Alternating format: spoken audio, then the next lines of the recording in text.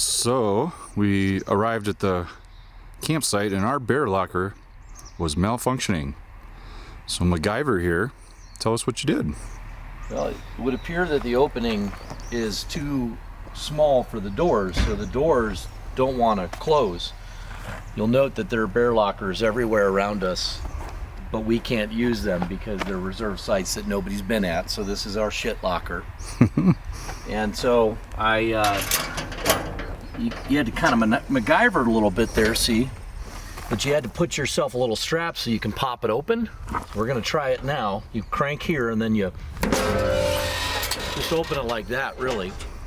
But for full effect, let's show you how you close it. Again, you need your strap so you can pull it open. That's as far as the doors want to go. Just about like that. So you get your... Which any bear would easily open. Easily. So what you do then is you gotta make sure you got your strap for opening later, and then you just gotta kick it like that. Sealed again. All right, well, I will be sure to not share this video with any bears. Yep. Yeah. Yes, please. And tell the kids at home not to either. Right. All done with the flathead screwdriver and the rope from the firewood. Well done, MacGyver. All right, greetings from the base of the Lassen Peak hike. This one is gonna be about a 2,000 foot climb, and Mike says it's only like 5 miles, which essentially means we have a couple hours of Stairmaster ahead of us. This hike can be found on all trails. It's actually 5 miles round trip, and so only 2.5 each way. You'll hike to an elevation of 10,450 feet.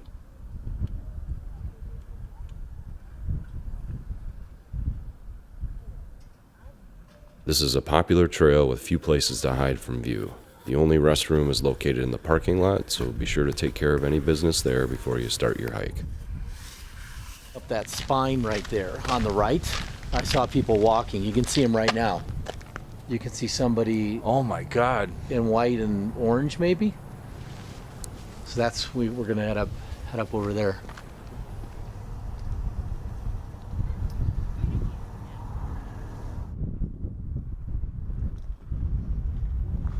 Okay, up we go.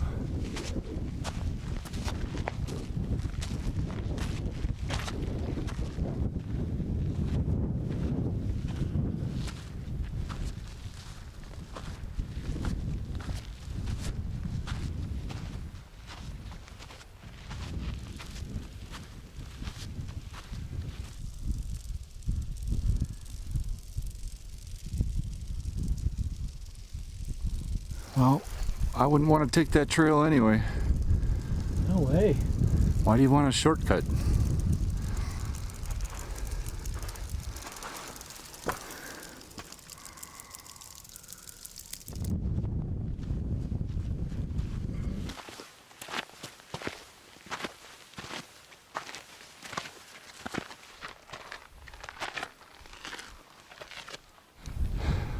So we're gonna go all the way over there, and then I think then the switchbacks probably start on that spine.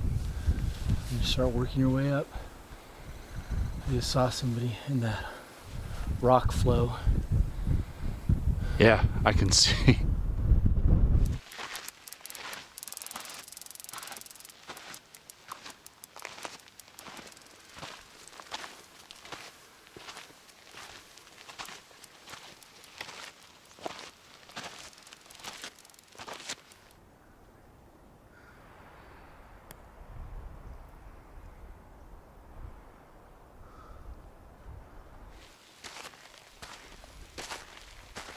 Hey buddy, you know of any volcanoes around here? Okay, sorry, sometimes I come on a little strong.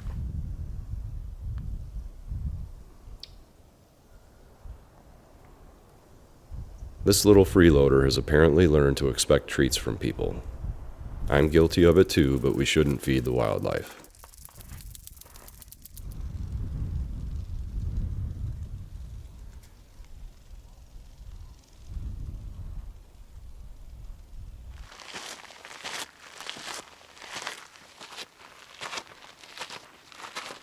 Here's your white bark, I bet. 5 needles per fascicle. Yes, sir. This is your white bark pine. Only That's what found those it. guys eat. Once they fill out, that's what those birds eat. Those are the Or no. male cones, so they just release pollen. Oh. And the female, I'm sure we'll find a spent one if we took time to look. Little guy. No bristles. See the little pocket? Yeah, totally a view we didn't have driving up here. There's all sorts of folds and creases in these mountains. See the patch of snow off a little bit to the right there too. Yep.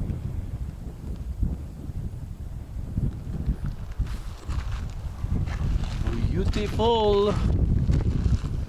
Transition zone where the white bark pines start with some hemlock right next to them.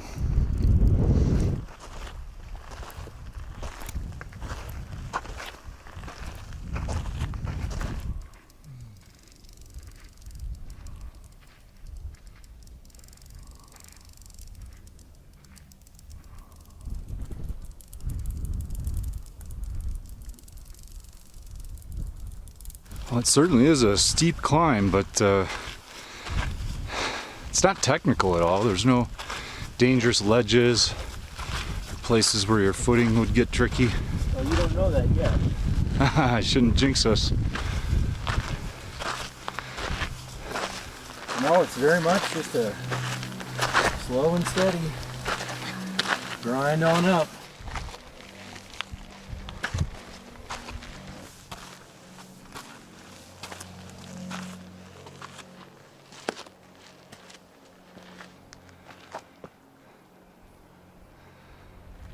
Unlike yesterday, today's hike was more walky and less talky.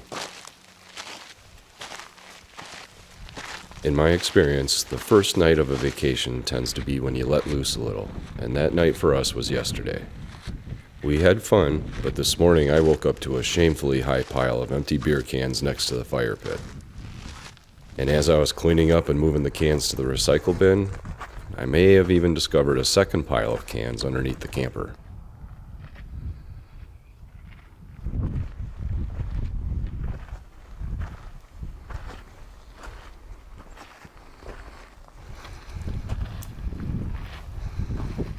Protecting the cones of this white bark pine for some reason.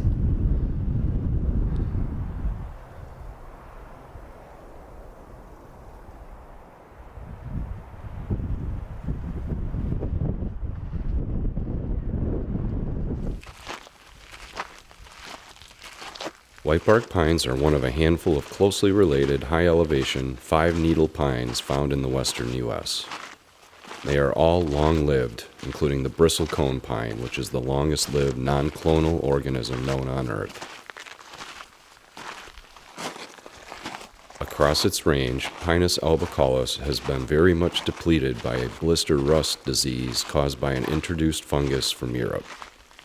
It is endangered in Canada and likely to become extinct there in the near future. The U.S. currently has it classified as threatened. Here in California, the disease is less severe, and so the tree is still fairly common in the high mountains.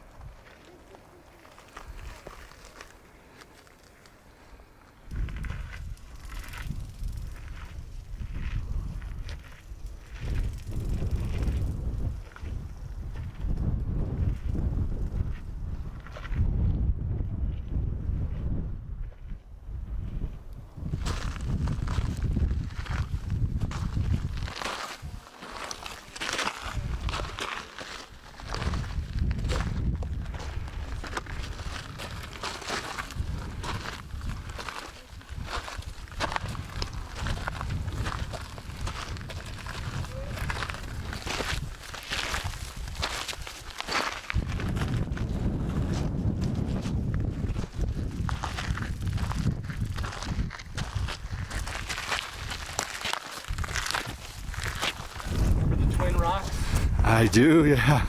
It's amazing we're here already.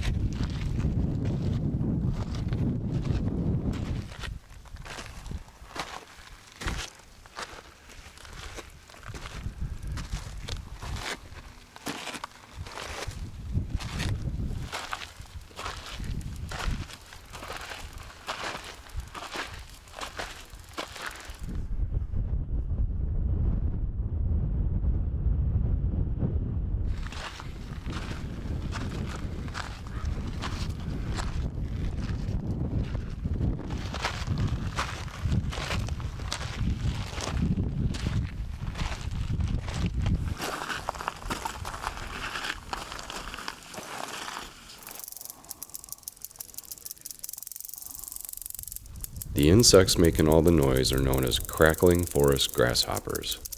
They have a dark-colored body with yellow wings and produce pairs of loud, closely spaced snapping sounds. They occur in the mountains of western North America from British Columbia and Alberta down south to Arizona.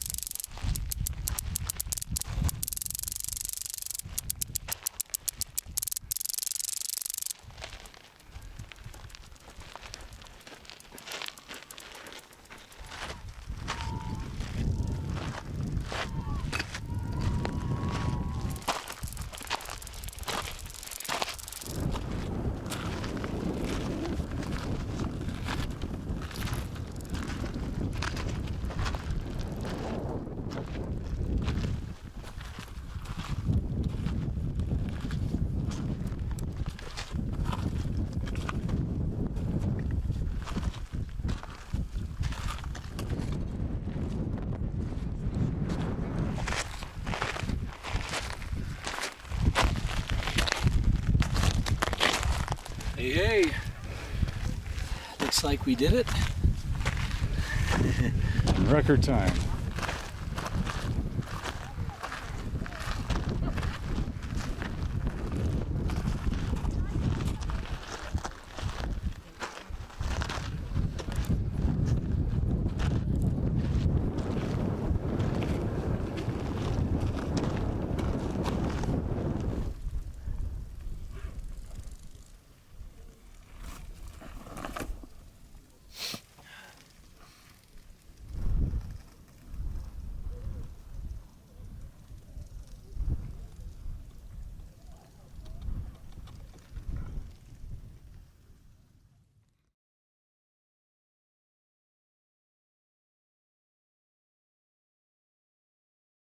Check out the northeast side of Lassen Peak on this avalanche hazard relief map. This shape was formed by a lateral blast and mud flow from an eruption in 1915. All right. Can see that other peak better now. What we think is Mount Shasta. Did it push out a little bit? Yep.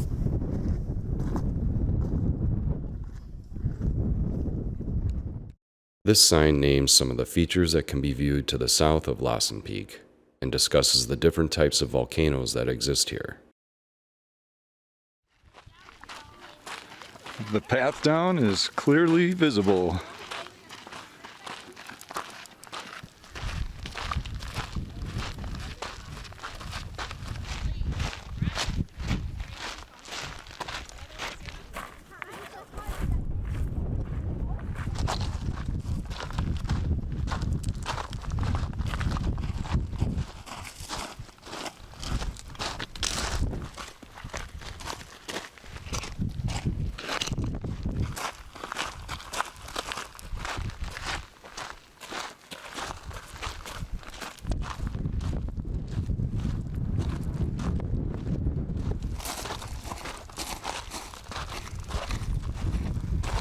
Whitebark pines are mainly dependent upon the Clark's nutcracker to plant its seeds. These birds cache the seeds in isolated pockets of soil in the high mountains, and so the ones that don't get eaten have fertile ground for growth. Clark's nutcrackers are members of the highly intelligent corvid family, same as crows and jays. Earlier, we talked about the blister rust disease impacting the whitebark pines. This sign points out that we need to be concerned about the Clark's nutcrackers as well.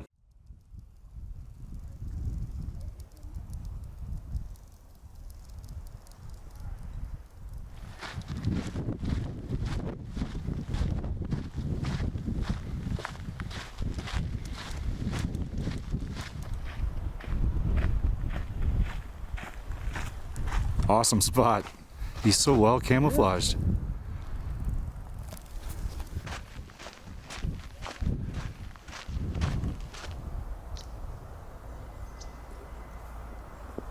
Somebody's walking through your shot. No, that's all right. Good.